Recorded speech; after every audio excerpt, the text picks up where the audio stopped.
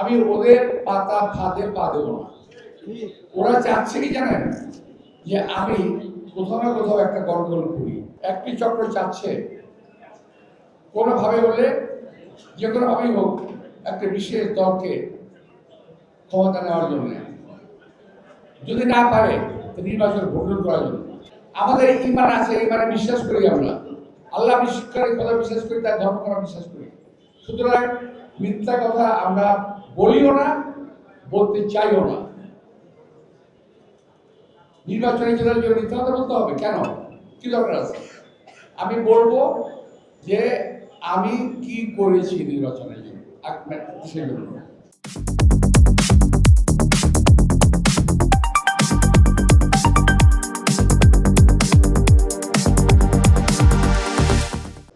আমি বলতে পারি যে আমি কি কি করেছি, আমি বলতে পারি আমি কি কি করব।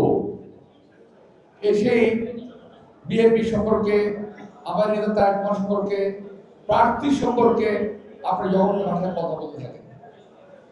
এতে আর যাই হোক, আপনারা লাভবান হচ্ছেন আমি মনে করি না।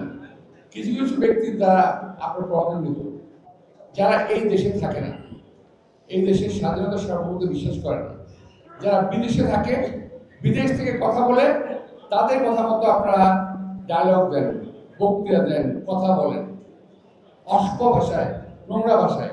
আমি বেশ বেশি কিছু বলতে চাই না। দয়া করে এই দেশের মানুষকে বোকা ভাববেন না, এই দেশের মানুষের সঙ্গে প্রতারণা করবেন না। যা বলবেন সত্য বলবেন, সত্য বলে ভোট নেন, পাস করেন, কোনো অসুবিধা নেই। কিন্তু মিথ্যা কথা বলে, ষড়যন্ত্র করে কোনো পরিস্থিতিতেই যদি নির্বাচনে কিছু করার চেষ্টা করেন, সেটা আমরা মেনে নেব। আমি যেটা বলছিলাম যে একটি চক্র চাচ্ছে কোনোভাবে হলে, যে কোনোভাবেই হোক, একটা বিশেষ দলকে ক্ষমতা নেওয়ার জন্য, যদি না পারে নির্বাচন ভোটন করার জন্য।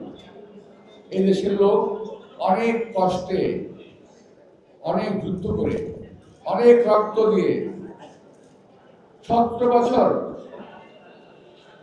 ত্যাগ তিতিক্ষার বিনিময়ে এই ভোটের অধিকার অর্জন করেছে। আমি আশা করছি এই ভোটের অধিকার আপনারা প্রয়োগ করবেন 12 তারিখে যথারীতি। কোন ষড়যন্ত্রকারীদেরকে আপনারা প্রশ্রয় দেবেন না। ভোট দিয়ে ভোটিং সেন্টারে আমাদেরকে দাঁড়িয়ে থাকতে হবে রেজাল্ট না না পর্যন্ত। আমরা 17 বছর অপেক্ষা করেছি, আমরা কয়েকটা ঘন্টা অপেক্ষা করবো ওখানে। বাই রোটেশন পাহারা দেব, পোলিং সেন্টারে যেন কেউ গন্ডগোল করতে না পারে।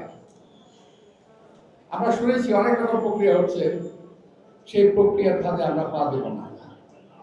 আমার ছোট ভাই রফিক বলেছেন যে এখন যে আমি যেভাবে আছি, এটা আমার সঙ্গে যায় না। কথাটা ঠিক, কথাটা ঠিক, এটা একেবারে মিথ্যা কথা বলে না। তবে আমি কার সঙ্গে যুদ্ধ করব, কার সঙ্গে বলেন? কেউ নাই। আগে করেছি আমাদের সিনিয়র নেতাদের সঙ্গে করেছি, সিনিয়র আমাদের সঙ্গে বয়সী। এখন কেউ নাই। এরা প্রলাপ বলবে, সেই প্রলাপের জবাব আমি দেবো না। আমি ওদের পাতা ফাঁদে পা দেবো না। ওরা চাচ্ছে কি জানেন, যে আমি কোথাও না কোথাও একটা গন্ডগোল করি। আমি সে গন্ডগোলে যাবো না ভাই। তোর যত চেষ্টাই করো, কোনো গন্ডগোল ঝগড়া ফেসাতে আমি নাই। কিন্তু যখন দরকার ছিল তখন করেছি, রাজপথে লড়াই করেছি, মুক্তিযুদ্ধে লড়াই করেছি, আবার যখন প্রয়োজন হবে লড়াই করব। কিন্তু নির্বাচনের আগে আমি কোনো যুদ্ধে জড়াবো। আমার কথা খুব পরিষ্কার। তারপরে নির্বাচনের পর যুদ্ধে যাব। তো প্রিয় ভাইরা, আজকে আমি ভোটের জন্য আসছি। আমাদের এখানে সর্বমোট